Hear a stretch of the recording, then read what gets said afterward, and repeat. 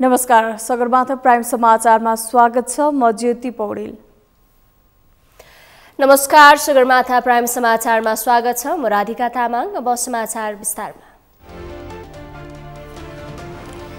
जनमतलाई सरकारमा सामेल गराउने सत्ता समीकरणको तयारी, मन्त्रालयको चुङ्गो लगाउन भने सकस, जसपालाई साइजमा ल्याउने प्रधानमन्त्रीको दाउ।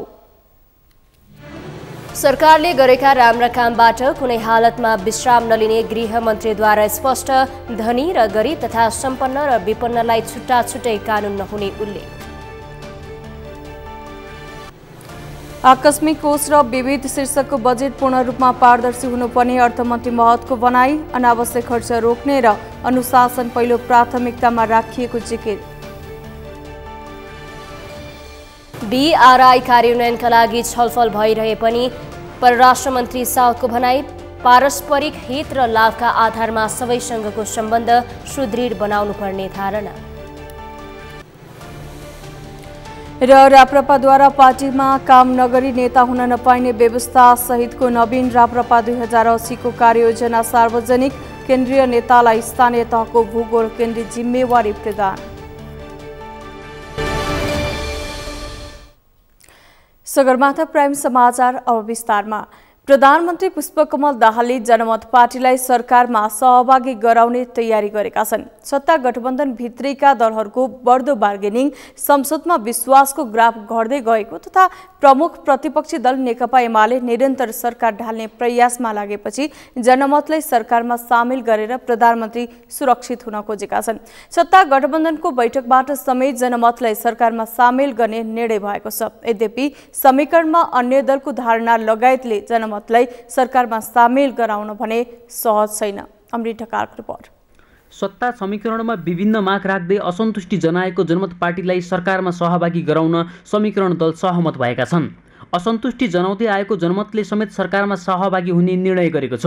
विकासे मन्त्रालय नपाएको भन्दै गत चैत 17 गते जनमतबाट खानेपानी मन्त्री बनेका जनमत पार्टीका अब्दुल खानले राजीनामा दिएका थिए। जनमत सरकारको विपक्षमा उभिए पनि सरकार सञ्चालनका लागि संसदमा प्रधानमन्त्रीसँग स्पष्ट बहुमत छ। तर सत्ता गठबन्धन भित्रैका दलहरूको बढ्दो बार्गेनिङ, संसदमा विश्वासको ग्राफ घट्दै गएको तथा प्रमुख प्रतिपक्षी दल नेकपा एमाले निरन्तर सरकार ढाल्ने प्रयासमा लागेपछि जनमतलाई सरकारमा सामेल गरेर प्रधानमन्त्री सुरक्षित हुन खोजेको राजनीतिक जानकारहरूको विश्लेषण छ।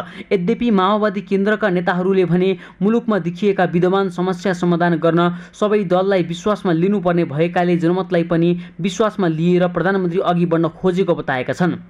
वर्तमान राजनीतिमा चाहिँ हामी विभिन्न पार्टीजहरूलाई चाहिँ राष्ट्रिय हितको लागि र खास गरेर जुन किसिमले मुलुकमा विकृति विसङ्गति छ, आर्थिक सङ्कट छ, सामाजिक भेदभाव खलबलिएको छ, यो सबैलाई पुरा गर्नको लागि चाहिँ अब मैले अघि नै भने जनमत मोर्चा राष्ट्रिय स्वतन्त्र पार्टी उहाँहरूलाई चाहिँ सरकारमा ल्याउने चाहिँ हाम्रो प्रयास जारी छ।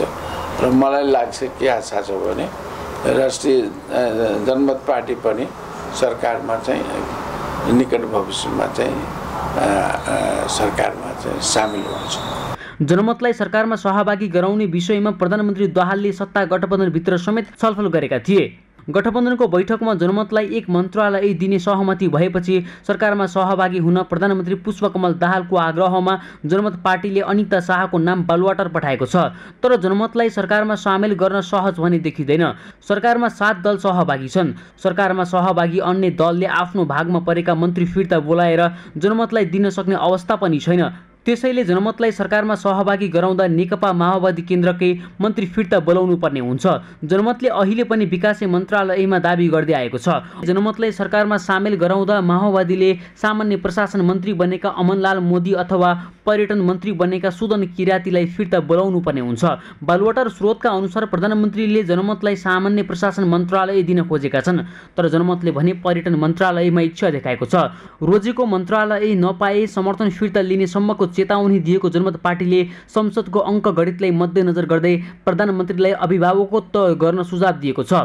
क्याबिनेटको अभिभावक भनेको प्रधानमन्त्रीजी हुनुहुन्छ। प्रधानमन्त्रीले कसरी मिलाउने, यसमा म जसपा लोसपा फलाना चिलाना पार्टी दल नेतालाई म केही भन्न चाहदैन। मैले सिधा भन्ने कुरा हो, सम्मान्य प्रधानमन्त्रीजीले कसरी समस्या समाधान गर्ने, कुन दल कुन पार्टीलाई कसरी लगेर अगाडि बढाउने भन्ने उहाँले गर्नुपर्ने हो। त्यसो त मध्य प्रदेश सरकारको नेतृत्व गरिरहेको जनता समाजवादी पार्टीको केन्द्रमा समेत सत्ता लेनदेन बढ्न थालेपछि जसपालाई साइजमा ल्याउनकै लागि भए पनि जनमतलाई सरकारमा सहभागी गराउन खोजेको पनि विश्लेषण भएको छ। तर जनमतलाई सरकारमा सामेल गराउनु प्रधानमन्त्री दाहालको बाध्यता भएको तथा राजनीति सम्भावनाको खिल भएको बताएका जसपाका नेताहरूले जसपालाई बाहिर राखेर नयाँ समीकरण बन्न नसक्ने दाबी गरेका छन्।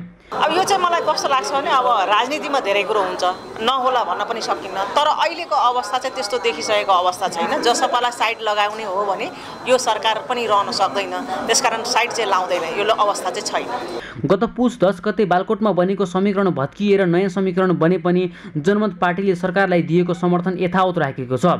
सगरमाथा टेलिभिजनका लागि क्यामेरामा गौरव खड्काका साथमा अमृत रकाल, काठमाडौँ। नेपाली कांग्रेसभित्र लामो समयदेखि जरा गाडेर बसेको गुटगत स्वार्थ यति बेला छताछुल्लो भएको छ। पार्टीका सभापति शेरबहादुर देउवाले एकलौटी निर्णय गर्दै आएको र पार्टी विधान अनुसार चल्न नसकेको भन्दै पार्टीभित्रको दुई धार प्रष्टसँग देखा परेको छ। संस्थापन पक्षसँग असन्तुष्ट रहेका गगन विश्वप्रकाश समूह पार्टीभित्रै विद्रोह गर्ने तयारीमा छन्। पार्टीभित्र नेतृत्वगत, नीतिगत र संस्थागत रूपान्तरण आवश्यक रहेको पार्टीका महामन्त्रीहरूको आवाज छ। यशोदामा डाइरेक्ट रिपोर्ट। संसदको पहिलो दल नेपाली कांग्रेस विधान अनुसार चल्न नसकेको आरोप लाग्दै आएको छ। पार्टीका सभापति शेरबहादुर देउवाले पार्टीलाई एकलौटी र तानाशाही शैलीमा चलाएको पार्टीभित्रकै अर्को खेमाले आरोप लगाउँदै आएको छ। देउवाको यस्तो शैलीका कारण अर्को समूहले आफ्नो असन्तुष्टि पोख्दै आएको छ। पार्टी सभापति देउवाले बल्ल 1 वर्षपछि बुधबार केन्द्रीय समितिको बैठक बोलाएका थिए, तर त्यस दिन प्रधानमन्त्री पुष्पकमल दाहालको श्रीमती सीता दाहालको निधन भएपछि बैठक साउन 2 गतेसम्मलाई सरेको छ। विगत 1 वर्षदेखि पार्टीको केन्द्रीय समितिको बैठक बोलाउन नसक्दा पार्टी सुदृढीकरणका विषयहरू ओझेलमा परेका छन्। पार्टीका भातृ संगठनहरूले पूर्णता पाएका छैनन्।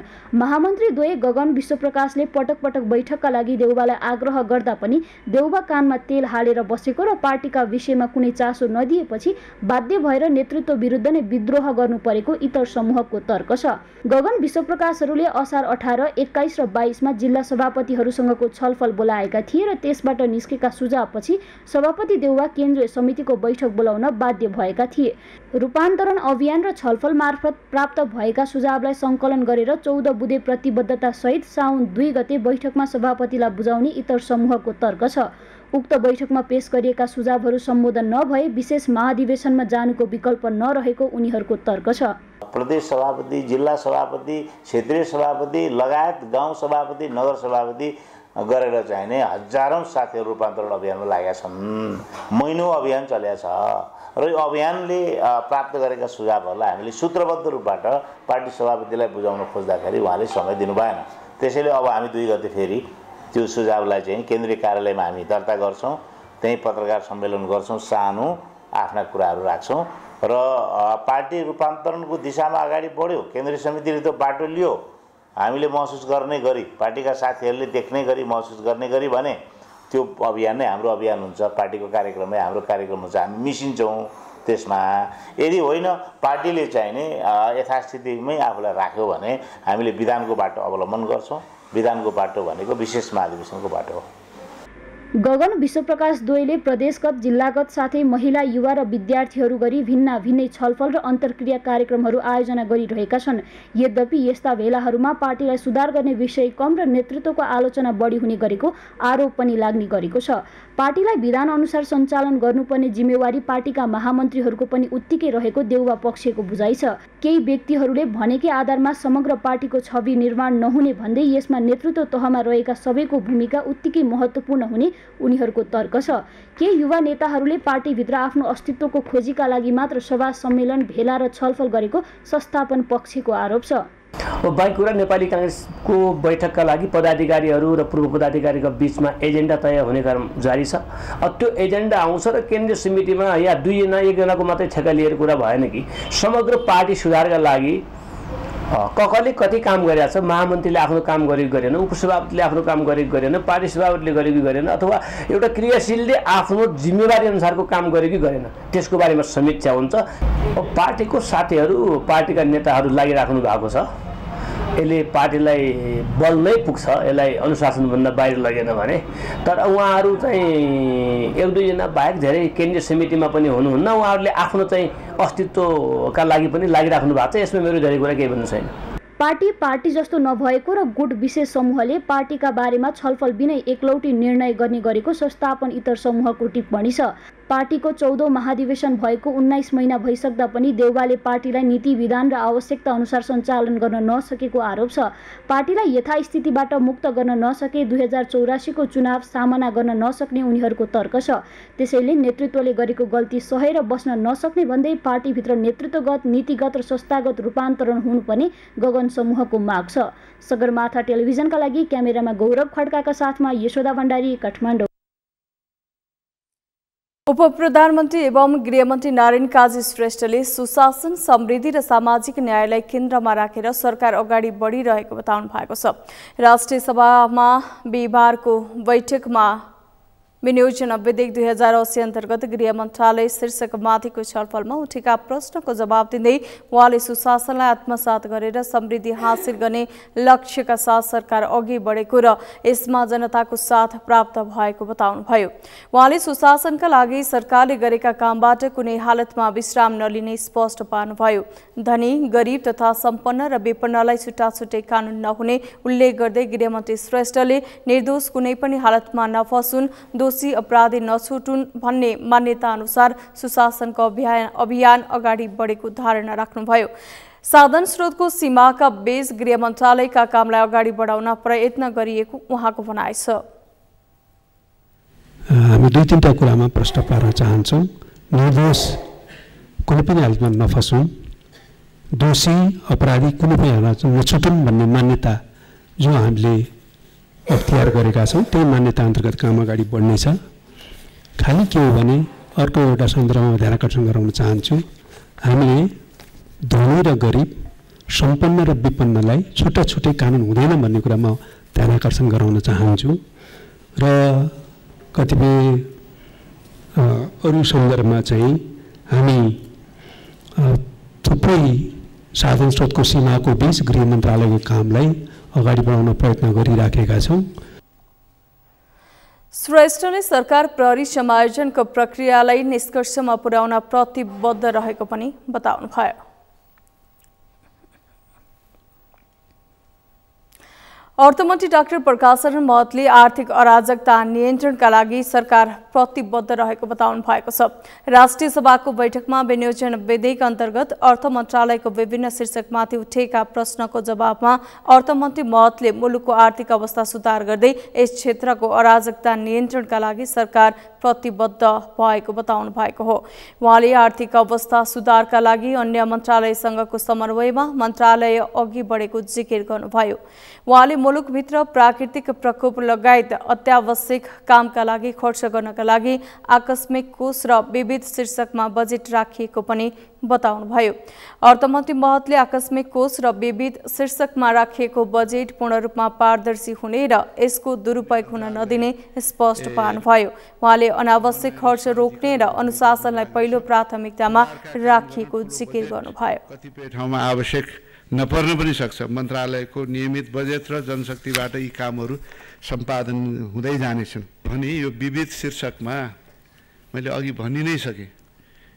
यो सांसद निर्वाचन क्षेत्र पूर्वाधार, संसदीय पूर्वाधार निर्वाचन क्षेत्र कार्यक्रम भनेर राख्यौँ। 8 अरब 35 करोड त्यो चाहिँ विविधमै। उहाँले लक्ष्य अनुसारको आमदानी नभएका कारण सङ्घीय सरकारको बजेट घटाएको र केही मात्रामा प्रदेश सरकारको बजेट पनि कम गरिएको धारणा राख्नुभयो।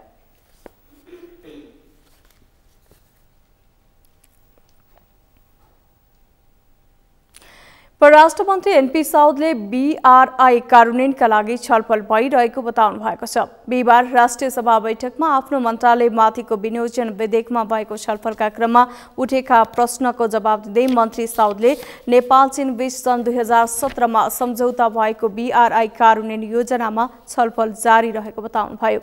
उहाँले केरुङ काठमाडौँ रेलमार्गको सम्भाव्य अध्ययन र दुई देशबीच विद्युत प्रसारण लाइनको समेत सम्भाव्यता अध्ययन भइरहेको जानकारी जानकारी दिनुभयो।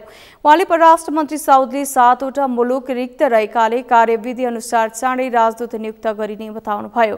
परराष्ट्र मन्त्री साउदले नेपाल संविधानले निर्दिष्ट गरेको असंलग्न परराष्ट्र नीतिका आधारमा नेपालको कूटनीतिक सम्बन्ध अघि बढिरहेको, पारस्परिक हित र लाभका आधारमा छिमेकी लगायत विश्वका सबै मुलुकहरूसँगको मैत्रीपूर्ण सम्बन्ध सुदृढ बनाइरहेको जानकारी दिनुभयो। संलग्नताका ती आधारहरूमध्ये एक प्रमुख आधार असंलग्नता ती आधारहरूमध्ये एक प्रमुख आधार रहिआएको छ। नेपालको सार्वभौमिक समानता, पारस्परिक सम्मान र लाभका आधारमा छिमेकी लगायत अन्य मुलुकसँग सम्बन्धलाई सुदृढ र विस्तार गर्दै आएको छ। गुण र दोषका आधारमा अन्तर्राष्ट्रिय मुद्दामा स्वतन्त्र धारणा बनाउने, मतदान गर्ने तथा अन्तर्राष्ट्रिय सम्बन्धलाई न्यायपूर्ण, निष्पक्ष, उत्तरदायी र सहयोगात्मक बनाउने दिशामा नेपालको कूटनीतिक प्रयास उन्मुख छ। त्यस्तै बैठकमा आफ्ना मन्त्रालयमाथिको छलफलमा उठेका प्रश्नको जवाब दिँदै स्वास्थ्य मन्त्री मोहन बस्नेतले मुलुकभरका अस्पतालमा विपन्न नागरिकलाई सहज रूपमा उपचार गर्ने व्यवस्था गरिएको जानकारी दिनुभयो। सीमित बजेटका बावजुद पनि स्वास्थ्य सेवालाई प्रभावकारी बनाउँदै उपचारका लागि विदेश जानुपर्ने अवस्थालाई अन्त्य गर्दै लैजाने उहाँले बताउनुभयो। निःशुल्क दिनुपर्ने प्रावधान छ, तर आजसम्म दशकौंदेखि यो कुरा सम्भव भएन, व्यवहारमा लागू भएन। म स्वास्थ्य मन्त्री भएर आएपछि यसलाई कडाइका साथ लागू गरेको छु र आज चाहिँ हजारौं हजार देशभरिका चाहिँ बिरामीहरूले निःशुल्क उपचार गर्न पाउने अवस्था बनेको छ। यदि त्यो सम्झौता अनुसारले काम भएन भने सबैको सहयोग लिएर मैले दर्ता खारेजसम्मको प्रक्रियामा पनि पुग्न सक्छु भनेर चाहिँ मैले भनेको छु र यो काम सुरु भएको छ र यो एउटा कुरा मैले निवेदन गर्न चाहे। उहाँले आधारभूत स्वास्थ्य सेवाको सहज पहुँचका लागि सरकार तत्पर रहेको भन्दै उहाँले यस क्षेत्रमा भएका बेथितिहरूलाई अन्त्य गर्न सदनको मद्दत आवश्यक रहेको बताउनुभयो।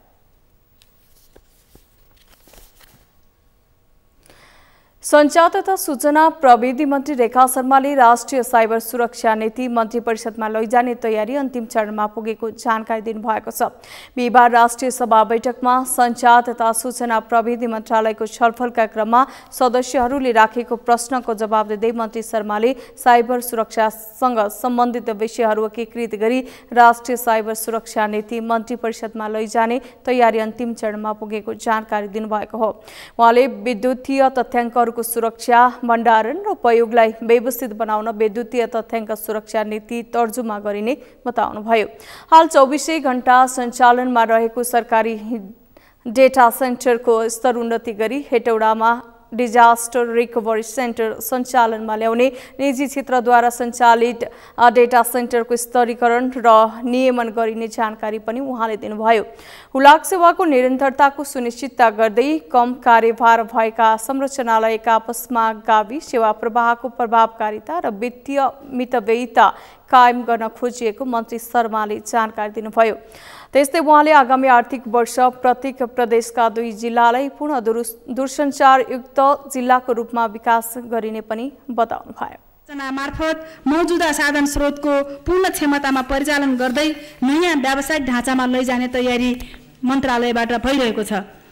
चलचित्र क्षेत्रलाई सृजनशील, सांस्कृतिक तथा मनोरञ्जनात्मक उद्योगका रूपमा विकास गर्ने तथा चलचित्रको माध्यमबाट देशको भाषा, कला, संस्कृतिको संरक्षण तथा अन्तर्राष्ट्रिय स्तरमा समेत पहिचान बढाउने उद्देश्यका साथ स्थापित चलचित्र विकास बोर्ड मार्फत दोलखामा सार्वजनिक निजी साझेदारीमा फिल्म सिटी निर्माण गर्ने कार्यक्रम रहेको छ।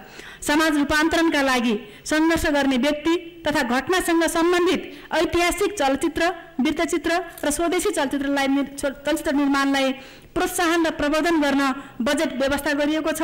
मौलिक चलचित्र निर्माणमा प्रोत्साहन हुने गरी स्टोरी बैंक तयार गर्ने कार्यक्रम पनि रहेको छ। उहाँले सुशासन, विकास र समृद्धिका लागि डिजिटल नेपालको दूरदृष्टिसहित 2076 सालबाट सुरु भएको डिजिटल नेपाल फ्रेमवर्क कार्यान्वयनमा लगिएको जानकारी दिनुभयो। उहाँले सञ्चार तथा सूचना प्रविधि मन्त्रालय र अन्तर्गतका निकायहरूमा डिजिटल हस्ताक्षरलाई कार्यान्वयनमा ल्याइएको र अन्य मन्त्रालय तथा निकायहरूमा समेत विस्तार गरिँदै लगिने बताउनुभयो।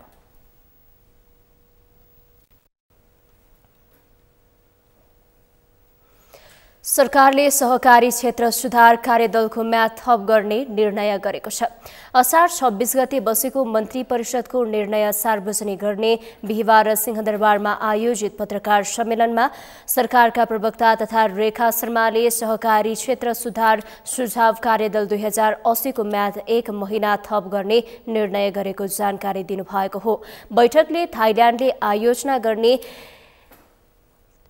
बिमस्टेक परराष्ट्र मन्त्रीहरूको रिट्रिटमा भाग लिन परराष्ट्र मन्त्री एनपी साउथको नेतृत्वको प्रतिनिधिमण्डललाई स्वीकृति दिने निर्णय गरेको छ भने मोटा धान प्रति क्विन्टल 3198 र मध्यम धान प्रति क्विन्टल रु 3362 न्यूनतम समर्थन मूल्य तोक्ने निर्णय भएको प्रवक्ता शर्माले बताउनुभयो। बैठकले नेपाल खुला विश्वविद्यालयको केन्द्रीय कार्यालय भक्तपुर जिल्लाको सानुठुमीमा तोक्ने निर्णय गरेको छ भने पर्यटन विधेयक तर्जुमा जारी सैद्धान्तिक स्वीकृति प्रदान गर्ने निर्णय भएको प्रवक्ता शर्माले जानकारी दिनुभयो। त्यस्तै बैठकले वन्यजन्तुबाट क्षति भए बापतको राहत निर्देशिकामा 2080 स्वीकृति गर्ने निर्णय पनि गरेको उहाँले बताउनुभयो।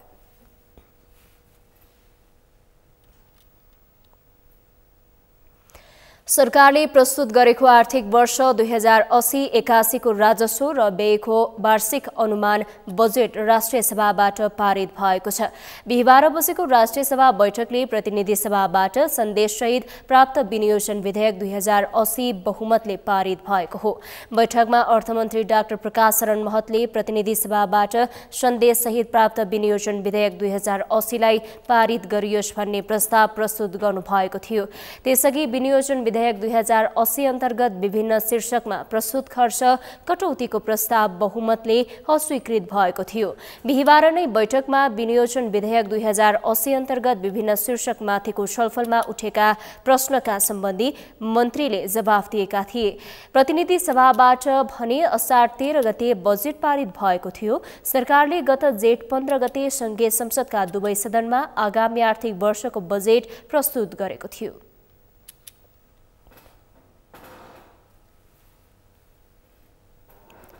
सगरमाथा समाचारमा अब पालो विश्रामको। विश्रामपछि सरकारमा सहभागी हुने कुनै योजना नरहेको रासोपा सभापति लामिछानेको भनाई। सरकारको स्थायित्व पक्षमा रहेको धारणा।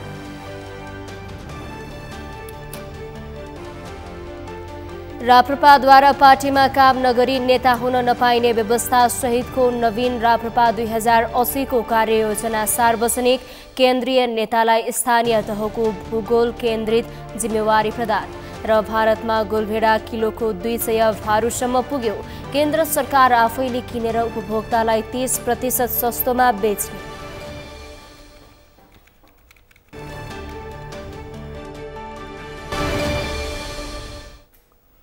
विश्रामपछि सगरमाथा समाचारमा स्वागत छ। अब बाँकी समाचार। राष्ट्रिय स्वतन्त्र पार्टीका सभापति रवि लामिछानेले सरकारमा सहभागी हुने कुनै योजना नरहेको स्पष्ट पार्नु भएको छ। लामिछानेले अहिले पार्टी विस्तार लगायत अन्य आन्तरिक काममा राष्ट्रपाको ध्यान केन्द्रित रहेको भन्दै सरकारमा सहभागी हुने योजना नरहेको र पार्टीभित्र पनि कुनै छलफल नभएको बताउनु भएको हो। लामिछानेले सरकारमा जाने रेसमा पार्टी नरहे पनि सरकारको स्थायित्वको पक्षमा राष्ट्रपा रहेको बताउनु भयो। उहाँले पार्टीले आफ्ना निर्णयहरू स्वतन्त्र रूपमा गर्ने गरेको भए पनि कहिले सत्ता पक्ष र कहिले प्रतिपक्ष निकट भनेर आरोप लाग्ने गरेको बताउनुभयो। अहिले रासपा प्रतिपक्षमा रहेको भन्दै सबै प्रतिपक्षको एजेन्डा समान हुन नसक्ने उहाँको भनाइ छ। लामिछानेले मिटर ब्याज सम्बन्धी कानूनलाई अन्तिम दिनमा सदनमा ल्याउने आशंका उत्पन्न गरेको र अब सत्तामा रहेका दलहरू नै विपक्षमा उभिन सक्ने उल्लेख गर्नुभयो। हामीले त्यो च्याप्टरलाई अन नै गरेका छैनौँ। उहाँहरूको जे एग्रिमेन्ट भएको छ, उहाँहरूले एउटा पोल्युसनबाट अर्को पोल्युसनमा भर्खरै जानुभएको छ, त्यसमा इमान्दारीपूर्वक कन्टिन्यू गरेर गए भइहाल्यो। हामी त पार्टी विस्तार पनि गर्नुपर्ने छ। पार्टीमा दस्तावेजीकरणदेखि लिएर हाम्रो सवालमा हाम्रा धेरै कामहरू छन्। त्यस कारणले नै हामी सोचेर नत्र गइ नै हालिन्थ्यो। त्यो हामी चाहिँ त्यो रेसमा पनि छैनौँ, त्यो गेममा पनि छैनौँ। अब प्रत्यक्ष अप्रत्यक्ष राजनीतिक दललाई आइरहन्छ नि, जाने हो कि यो गर्ने हो कि त्यो गर्ने हो कि दोस्रो तेस्रो तहका नेताहरू कहिलेकाहीँ मद्दत चाहिन्छ है भन्ने त्यो एकदम लाइट नोटमा भन्ने कुराहरूलाई मैले अब त्यसलाई गम्भीरतापूर्वकमा लिएको पनि छैन। पार्टीमा हामीले त्यस किसिमको संवाद गरेका पनि छैनौँ, तर स्थायित्वको पक्षमा हामी चाहिँ छौँ, स्थायी रूपमा बस्छौँ। उहाँले 2वटा संसदीय समितिको नेतृत्वमा राप्रपाको दावी रहेको बताउनुभयो।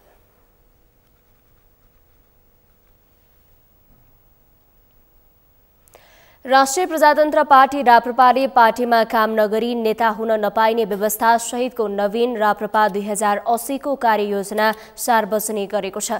बिहिबार पार्टी कार्यालय धुम्माराहीमा पत्रकार सम्मेलन गर्दै राप्रपाले राप्रपा अब नवीन राप्रपा कार्ययोजना अन्तर्गत नव परिकल्पना, नव परिचय र नव प्रस्तुति मूल नारा सहित जनताको घर दैलोमा राप्रपा अभियान समेत सुरु गरेको जनाएको हो। अभियान अन्तर्गत राप्रपाले पार्टीका केन्द्रीय नेतालाई स्थानीय तहको भूगोल केन्द्रीय जिम्मेवारी प्रदान गरेको छ भने तोकिएको भूगोलको जिम्मेवारीमा नजाने नेता स्वतः पदीय जिम्मेवारीबाट मुक्त हुने अध्यक्ष राजेन्द्र लिङ्गदेनले जानकारी दिनुभएको हो। उहाँले पार्टीले आगामी दिनमा विभिन्न तहमा हुने निर्वाचनमा 50% प्राइमरी छनौटमा उम्मेदवार तय गर्ने पनि बताउनुभयो। त्यस्तै उहाँले पार्टीले विद्युतीय माध्यमबाटै साधारण सक्रिय सदस्य बन्नका साथै आर्थिक सहयोग गर्न पनि सकिने जानकारी दिनुभयो। परिणत गरिने भएको छ। केन्द्रीय कार्य समिति र कार्य सम्पादन समितिसम्म अनिवार्य रूपमा समावेश गराउने एउटा व्यवस्था मिलाएका छौँ। अर्को 6 महिनाभित्रमा पार्टीका सबै तहमा 33% महिलाहरूको प्रतिनिधित्व सुनिश्चित गर्ने, त्यो कम्तीमा त्यो 50% पनि हुन सक्छ, तर कम्तीमा 33% सङ्ख्या चाहिँ सुनिश्चित गर्ने नीति लिएका छौँ। राप्रपाले 6 महिनाभित्रमा 165 निर्वाचन क्षेत्रसम्म प्रशिक्षण कार्यक्रम सम्पन्न गरिने जनाएको छ। प्रशिक्षण कार्यक्रम सम्पन्न भएपछि जनजीविकाका सवाल तथा राजनीतिक मान्यता स्थापनाका लागि जनदबाव सृजनाका क्रियाकलाप अघि बढाउने राप्रपाले जनाएको छ।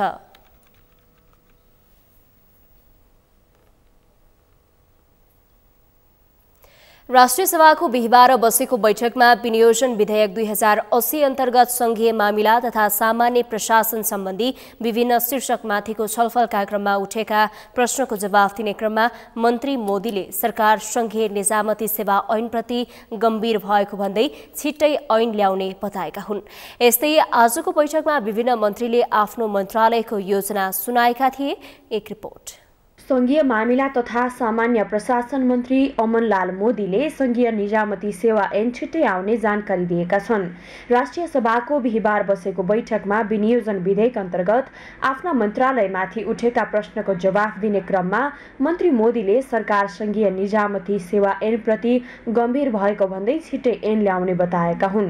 मन्त्री मोदीले आगामी साउनदेखि कर्मचारी समायोजनलाई कडाइका साथ लागू गर्ने प्रतिबद्धता व्यक्त गरे। त्यस्तै उनले 1,37,000 कर्मचारी मध्ये संघ अन्तर्गत 53,000 कर्मचारी समायोजन गरेको बताएका छन्। हामी विभिन्न छलफल गरेर संघीय निजामती सेवालाई एउटा पूर्णता दिनको निम्ति हामी संघीय मामिलाले विभिन्न चाहिँ सरोकार बरालसँग छलफल गरेर त्यसलाई अगाडि बढाउने काम गरेका छौँ। त्यसमा चाहिँ अर्थ मन्त्रालय र अर्को चाहिँ कानुन मन्त्रालय सहमतिको लागि पठाएका छौँ। त्यति मात्र होइन, हाम्रै चाहिँ माननीय उप प्रधानमन्त्रीको नेतृत्वमा एउटा चाहिँ सहजीकरण पनि कसरी चाहिँ त्यसमा केही विषयवस्तु उठाएका समस्या उठेका विषयवस्तुलाई पनि समाधान गर्नको निम्ति एउटा कार्यदल जस्तै नै एउटा चाहिँ बनेको छ।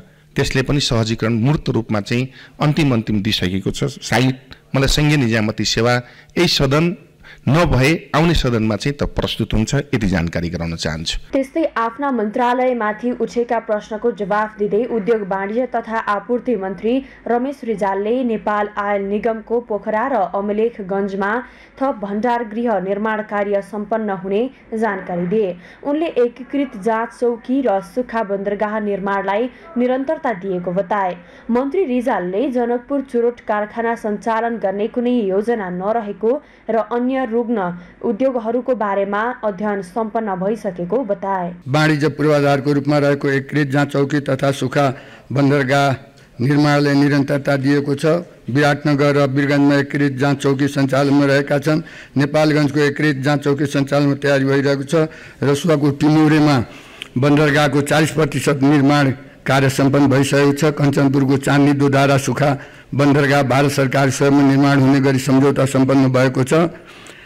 अर्को जनकपुर चुरोट कारखाना लगायत रुग्ण उद्योग चलाउने कार्यक्रममा सरकारको के कार्यक्रम छ भन्ने प्रश्नमा नेपाल सरकार यो सरकारले चुरोट उद्योगलाई चुरोट कारखानालाई सञ्चालन चुरोट बनाउने काम गर्नु हुँदैन भन्ने यस मन्त्रालयको मान्यता छ र तदनुरूप जनकपुर चुरोट कारखाना चल्ने कुनै सम्भावना मैले देखेको छैन। त्यस्तै आफ्नो मन्त्रालयमाथिको छलफलमा उठेका प्रश्नको जवाफ दिँदै शहरी विकास मन्त्री सीता गुरुङले नयाँ शहर योजनालाई प्राथमिकता दिँदै बजेट विनियोजन गरिएको बताइन्। उनले जनता आवास कार्यक्रम प्रदेशमा हस्तान्तरण भइसकेको अवस्थामा आगामी आर्थिक वर्षमा प्रदेश सरकार मार्फत अघि बढाउने गरी निरन्तरता दिएको जानकारी दिइन्। हिमाल पहाड र तराई मधेसमा रहेको जनसाङ्ख्यिक असमानता र असन्तुलित विकासलाई व्यवस्थापन गर्नुको साथै तीव्र बसाई सराईलाई रोक्न मध्य पहाडी लोकमार्ग र उत्तर दक्षिण राजमार्गको मिलन बिन्दु वा आसपासमा आधुनिक शहरी सेवा सुविधा सहितको नयाँ शहर विकास गरी 20 वर्षभित्र प्रत्येक शहरमा 1 लाख जनसङ्ख्या बस्न सक्ने 10 वटा नयाँ शहर बनाउने लक्ष्य सहित आर्थिक वर्ष 2067-68बाट सुरु गरिएको नयाँ शहर आयोजनालाई विशेष प्राथमिकताका साथ निरन्तरता दिँदै बजेट केन्द्रित गरिएको छ। अब 69-70 देखि सुरु भएको जनता आवास कार्यक्रम अब 75-76 देखि सशर्त अनुदान सहित प्रदेश सरकारमा हस्तान्तरण भई हालसम्म करिब 18 अर्ब लगानी भइसकेको छ। त्यस्तै उनले फोहोर मैला व्यवस्थापनमा स्थानीय तहलाई जिम्मेवार बनाउने गरी विशेष योजना बनाइएको पनि धारणा राखे। ललिता निवासको जग्गा हिनामिना गरेको आरोपमा पक्राउ परेका भाट भटेनी सुपरमार्केटका सञ्चालक मीनबहादुर गुरुङले आफू निर्दोष रहेको दावी गरेका छन्। उनले अदालतमा बयानका क्रममा ललिता निवासको जग्गा रुक्म शमशेरबाट किनेको भन्दै आफू निर्दोष रहेको दावी गरेका हुन्। अभिषेक सुनारको रिपोर्ट। ललिता निवासको जग्गा हिनामिना प्रकरणमा पक्राउ परेका भाट भटेनी सुपरमार्केटका सञ्चालक मीनबहादुर गुरुङले आफू निर्दोष रहेको दावी गरेका छन्। उनले अदालतमा बयानका क्रममा ललिता निवासको जग्गा रुक्म शमशेरबाट किनेको भन्दै आफू निर्दोष रहेको दावी गरेका हुन्। सुरुमा राणाहरूको जग्गा एकलौटी किनेको र त्यो जग्गा किन्नका लागि शोभाकान्त ढकाल, रामकुमार सुवेदी र युवराज कोइरालाले सहयोग गरेको समेत उनको भनाइ छ। उनले राणाहरूसँग जग्गाको कुरा गर्न कलकत्तासम्म गएको बयानमा उल्लेख गरेका छन्। त्यसो त ललिता निवास प्रकरणमा मुछिएका गुरुङ समाजसेवीका रूपमा पनि चिनिन्छन्। उनले बिरामी उपचारलाई सहज बनाउनका लागि भन्दै त्रिवी शिक्षण अस्पताल महाराजगञ्जमा 15 करोड रुपैयाँ भन्दा बढी खर्च गरी इमर्जेन्सी वार्ड बनाइदिएका छन्। त्यसैगरी आफ्नो कामको प्रचार गर्न नरुचाउने उनले अप्रत्यक्ष रूपमा धेरै सामाजिक कामहरू समेत गरेका छन्। उनले भाट भटेनी मन्दिरमा करिब 2.5 करोड रुपैयाँ लगानी गरेर पौवा समेत बनाएका छन्। त्यसैगरी भाट भटेनी पार्कको रङरोगनदेखि संरक्षण समेत उनले नै गरेको स्थानीयवासीको भनाइ छ। उनले देशको आर्थिक अवस्था खस्किँदै गएको अहिलेको परिस्थितिमा 10,000 व्यक्तिलाई रोजगार दिलाएका छन् भने 50,000 परिवारको जीविकोपार्जनमा सहयोग गरेका छन्। सँगसँगै उनले सरकारलाई अरबौं रुपैयाँ राजस्व समेत बुझाएर आर्थिक सुधारमा महत्त्वपूर्ण भूमिका खेलेका छन्। सगरमाथा टेलिभिजनका लागि क्यामेरामा प्रताप लामाका साथ अभिषेक सुनार, काठमाडौँ। नेपाल आयल निगमले इन्डियन आयल कर्पोरेसन आईओसीलाई तेल खरिद गरे बापत बक्यौता 24 अर्ब रकम चुक्ता गरेको छ। तेल किनेर लागेको ऋण तेल बेचेरै तिर्ने बताउँदै आएको निगमले गत भदौबाट अन्तर्राष्ट्रिय बजारमा इन्धनको मूल्य घट्दै गएपछि आईओसीको ऋण तिर्न सफल भएको हो। आईओसीको ऋण तिर्न सफल भए तापनि स्वचालित मूल्य प्रणालीमा जान भने निगमले आनाकानी गरिरहेको छ। यमुना सापकोटाको रिपोर्ट। तेल किन्दा लागेको ऋण तेल बेचेरै तिर्ने उद्देश्य रहेको नेपाल आयल निगमले गत असारदेखि अहिलेसम्म इन्डियन आयल कर्पोरेसन आईओसीलाई 24 अर्ब बक्यौदा रकम चुक्ता गरेको छ। गत भदौबाट अन्तर्राष्ट्रिय बजारमा क्रमशः इन्धनको मूल्य घट्दै गएपछि निगमले आईओसीको ऋण तिर्न सफल भएको हो। नेपाल आयल निगम स्वचालित मूल्य प्रणालीमा सञ्चालित भए तापनि सो प्रणाली अनुसार मूल्य निर्धारण भने गर्ने गरेको छैन। स्वचालित मूल्य प्रणाली अनुसार अन्तर्राष्ट्रिय बजारमा इन्धनको मूल्य बढे त्यही अनुरूप बढाउने र घट्दा पनि त्यही अनुरूप घटाउनु पर्ने हुन्छ। नेपाल आयल निगम नेपाल सरकारको पूर्ण स्वामित्व भएको संस्था हो। सो संस्था स्वचालित मूल्य प्रणालीमा नजानु भनेको नेपाल सरकारले आफ्नो दायित्व तथा जनताप्रतिको जवाफदेहिता बिर्सिएको बुझिने अर्थविदहरूले बताएका छन्। यस्ता जीवन उपयोगी वस्तुहरू निजी क्षेत्रले व्यवस्थापन गर्ने हो भने नियमितता नहुनुका साथै नाफाखोरी बढी हुने कारणले सरकारी संस्थानहरूको माध्यमबाट व्यवस्थापन गर्नका लागि स्थापना भएका हुन्। तर सरकारी संस्थाहरू नै नाफा मात्रतिर लाग्न थालेपछि जनताले गुणस्तरीय र सुलभ मूल्यमा इन्धन पाउँछन् त? यस्ता यावत प्रश्नहरू उठ्ने गरेको अर्थविदहरूले बताएका छन्। यो सरकारले चाहिँ सङ्कल्प गरेको, कमिट गरेको हामी स्वचालित प्रणाली लागू गर्छौँ। विदेशबाट आएको मूल्यलाई आधार मानेर घट्यो भने घटाउँछौँ, बढ्यो भने बढाउँछौँ। बढेर आयो भने राति 9 बजे 5 बजे पत्र पायो भने 9 बजे मिटिङ राख्ने र बढाउने 12 बजेबाट। घटेर आयो भने चाहिँ लामो समयसम्म कानमा तेल हालेर बस्ने काम यो ठिक होइन। यसले चाहिँ सरकारप्रतिको विश्वास घटाएर लैजान्छ र जनताको चाहिँ नि लाई एक किसिमले महँगाइमा राखिराख्छ। र डिजलमा मूल्य घट्यो भने के हुन्छ?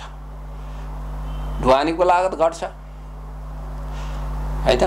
त्यसै गरी चाहिँ नि ग्यासको भाउ घट्यो भने के हुन्छ? मान्छेले अलिकति राहत पाउँछ। यद्यपि ग्यासको सन्दर्भमा मेरो भनाइ चाहिँ बिजुलीलाई नियमित गरेर ग्यासकोमा दिएको अनुदान बरु बिजुलीपट्टि लगे पनि हुन्छ, त्यो विकल्पहरू पनि गरे हुन्छ। जुन 1 तारिकमा कायम भएको मूल्य सूची अनुसार निगमले पेट्रोलमा प्रति लिटर 8 रुपियाँ 61 पैसा, डिजलमा 9 रुपियाँ 2 पैसा, मट्टीतेलमा 23 रुपियाँ 62 पैसा, हवाई इन्धन आन्तरिकतर्फ प्रति लिटर 25 रुपियाँ 36 पैसा, अन्तर्राष्ट्रिय उडानतर्फ 42 रुपियाँ 62 पैसा छ भने खाना पकाउने ग्यासमा प्रति सिलिन्डर 10 रुपियाँ 73 मुनाफा राखेको छ। त्यस्तै 15 दिन यता मात्र निगम पेट्रोलियम पदार्थमा 1 अर्ब 11 करोड रुपियाँले नाफामा गएको छ।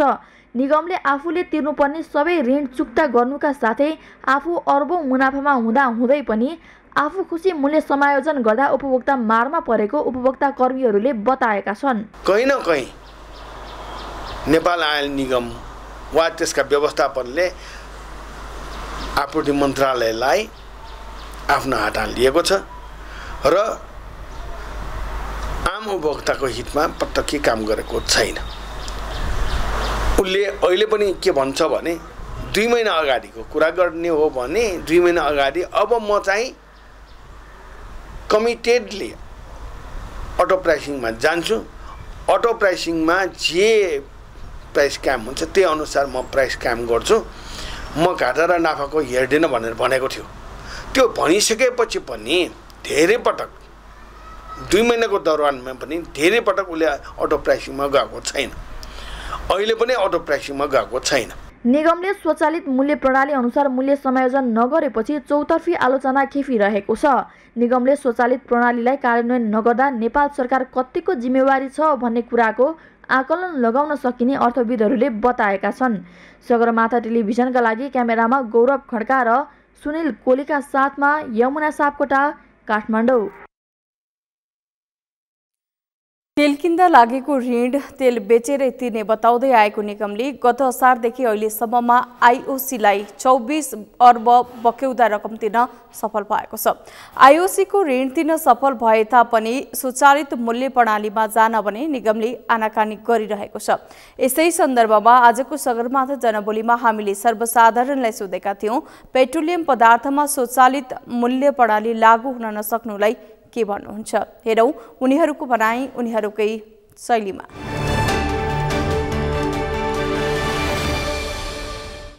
कम नाफाले हामीलाई अझ पनि दिन सक्यो भने झनै राम्रो हुन्छ र जनताहरूलाई अझ सहज हुन्छ जस्तो मलाई लाग्छ के यो अटोमेटिकली चाहिँ इन्टरनेसनल रेटसँग यहाँ मिल्ने गरी यिनीहरूले राख्नुपर्ने। पहिला हामीले रेट चाहिँ बढाउँदा कति ब्ल्याकमा पनि तेल किन्यो होइन, दुःख धेरै पाइयो। अब चाहिँ यति नाफा छ आयल निगमलाई त 15 दिनमा 1.5 अर्ब भन्दा बढी नाफा खाइरहेछ। यस्तो बेला त यस्तो महँगी यस्तो क्राइसिस बेला त भाउ घटाए 2 पैसा भए आम जनतालाई सुलभ हुन्थ्यो नि त होइन। त्यसकारण मेरो भनाइ चाहिँ समयअनुसार यिनले घटाउनै पर्छ। इन्डियामा चाहिँ 1 रुपियाँ भराइने उनीहरू चाहिँ आन्दोलन हुन्छ, यहाँ नेपालमा चाहिँ हामीले गर्न नसकेको यो हाम्रो नेताहरू बेमान भएर हो। अब यसमा चाहिँ हामीहरू चाहिँ जनताहरू चाहिँ एकजुट भएर सक्षम भएर निस्क्यो भने हामीले जे पनि गर्न सकिन्छ। हाम्रो विद्यार्थीहरू पनि उठ्नु पर्यो। यो हाम्रो यो तीन जिल्ला छ नि हाम्रो काठमाडौँ, भक्तपुर, ललितपुर सबै एकजुट भएर माइती नेपालमा गएर हाम्रो आन्दोलन हाम्रो यो जारी राख्नुपर्छ। हामीले यो जनता एकजुट भएर यो नेताहरूलाई चाहिँ अब रोडमै ल्याउनुपर्छ। जनताले हेर्नुपर्छ नि, सरकारले सबै त देश चलाउनु भने सरकारै त हो नि हैन। अब त्यही हिसाबले रेट तोक्नु पर्छ अनि जनताको खुसी पनि बुझ्नु पर्छ हैन। अनि हरेक चिजमा रेखदेख गर्नुपर्छ। अब यस्तो चिजहरुमा त जनताले चाहेको हुन्छ हैन। यस्तो चिजमा सरकारले ध्यान दिनुपर्छ। जनताले अब महँगाई भइसकेछ, हरेक ठाउँमा चाउले भयो, गेहूँ भनौँ न पिठोइ भयो हैन। यस्तै महँगो भइसकेछ हैन। अब यस्तो चिजहरुमा पनि ध्यान दिनुपर्छ सरकारले।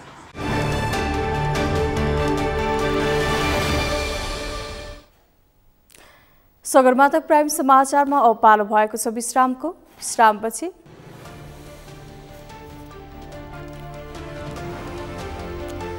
भारतमा गोलभेडा किलोको 200 रुपैयाँसम्म पुग्यो। केन्द्र सरकार आफैले किनेर उपभोक्तालाई 30% सस्तोमा बेच्ने।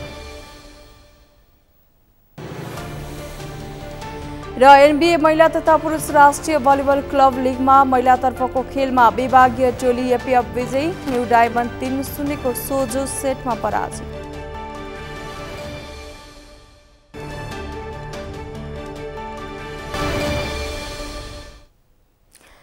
विश्रामपछि समाचारमा स्वागत छ। अब अन्तर्राष्ट्रिय समाचार।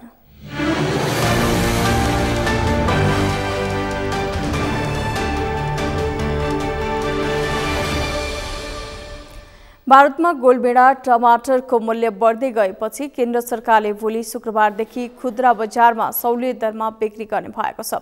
देशका कतिपय ठाउँमा टमाटरको मूल्य प्रति किलो 212 पुगेको छ। भारतको उपभोक्ता मामिला मन्त्रालयले दिल्ली, एनसीआर, उत्तर प्रदेश, बिहार र पश्चिम बंगालमा सहुलियत दरमा टमाटर बिक्री गरिने जनाएको छ। उपभोक्ता मामिला सचिव रोहित कुमारले समाचार एजेन्सी पीटीआईलाई दिएको जानकारी अनुसार सरकारले सम्बन्धित क्षेत्रमा टमाटरको अहिलेको मूल्यभन्दा 30% कम मूल्यमा नागरिकलाई दिनेछ। यसका लागि केन्द्रले उत्पादक राज्य कर्नाटक, महाराष्ट्र र आन्ध्र प्रदेशबाट टमाटर खरिद गर्ने निर्णय गरेको छ। सरकारले यसअघि प्याजको मूल्य आकाशिँदा पनि आफै खरिद गरेर उपभोक्तालाई सस्तोमा दिएको थियो। टमाटर चाँडै कुहिने भएकाले यो काम चुनौतीपूर्ण भने रहेको सरकारले जनाएको छ।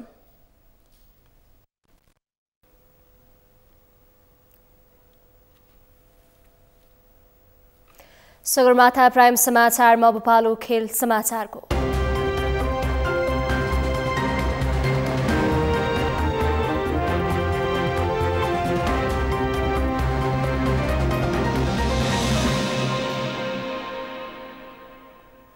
काठमाडौँमा जारी 7औं संस्करणको एनभीए महिला तथा पुरुष राष्ट्रिय भलिबल क्लब लिगमा महिलातर्फको खेलमा विभागीय टोली नेपाल एपीएफ क्लब विजयी भएको छ। राष्ट्रिय खेलकुद परिषद राखेपको कभर हलमा बिहिबार भएको खेलमा न्यू डायमन्ड स्पोर्ट्स एकाडेमीलाई एपीएफले 3-0 को सोझो सेटमा पराजित गरेको हो।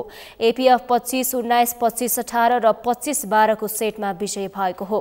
जीसँगै एपीएफले फाइनल खेल्ने सम्भावना बलियो बनाएको छ। त्यस्तै बिहिबार नै भएको महिलातर्फको अर्को खेलमा त्रिभुवन आर्मी क्लबले एभरेस्ट क्लबमाथि 3-0 को सोझो सेटमा जित हासिल गरेको छ। आर्मीले एभरेस्टलाई 25-12, 25-19 र 25-19 ले पराजित गरेको हो।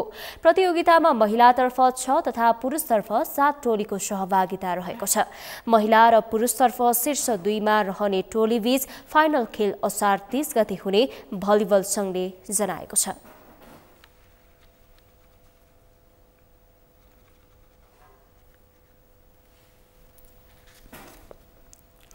सगरमाथा प्राइम समाचारको अन्त्यमा मुख्य समाचार पुनः एकपटक। जनमतलाई सरकारमा सामेल गराउने सत्ता समीकरणको तयारी। मन्त्रालयको टुङ्गो लगाउन भने सकस, जसपालाई साइजमा ल्याउने प्रधानमन्त्रीको दाउ। सरकारले गरेका राम्रा कामबाट कुनै हालतमा विश्राम नलिने गृहमन्त्रीद्वारा स्पष्ट। धनी र गरिब तथा सम्पन्न र विपन्नलाई छुट्टा छुट्टै कानुन नहुने उल्लेख। आकस्मिक कोष र विविध शीर्षकको बजेट पूर्ण रूपमा पारदर्शी हुनुपर्ने अर्थमन्त्री महतको भनाई। अनावश्यक खर्च रोक्ने र अनुशासन पहिलो प्राथमिकतामा राखिएको जिकिर। BRI कार्यान्वयनका लागि छलफल भइरहेको परराष्ट्र मन्त्री साउदको भनाई। पारस्परिक हित र लाभका आधारमा सबैसँगको सम्बन्ध सुदृढ बनाउनु पर्ने धारणा। र राप्रपाद्वारा पार्टीमा काम नगरी नेता हुन नपाइने व्यवस्था सहितको नवीन राप्रपा 2080 को कार्ययोजना सार्वजनिक। केन्द्रीय नेतालाई स्थानीय तहको भूगोल केन्द्रित जिम्मेवारी प्रदान। हवस् त सगरमाथा समाचार अहिलेलाई सकियो। तपाईँ समाचार बुलेटिनका साथै सगरमाथा टेलिभिजनका सम्पूर्ण कार्यक्रम www.sagarmatha.tv मा पनि पढ्न र हेर्न सक्नुहुनेछ। साथै युट्युबमा youtube.com/sagarmatha TV नेपालमा हेर्न सक्नुहुनेछ। तपाईँ हामीलाई फेसबुकमा पनि facebook.com/stv नेपालमा फलो गर्न सक्नुहुनेछ। समाचारको शिखर नेपालको गौरव नेपालको पहिलो न्युज च्यानल सगरमाथा टेलिभिजन हेर्दै गर्नुहोला। नमस्कार।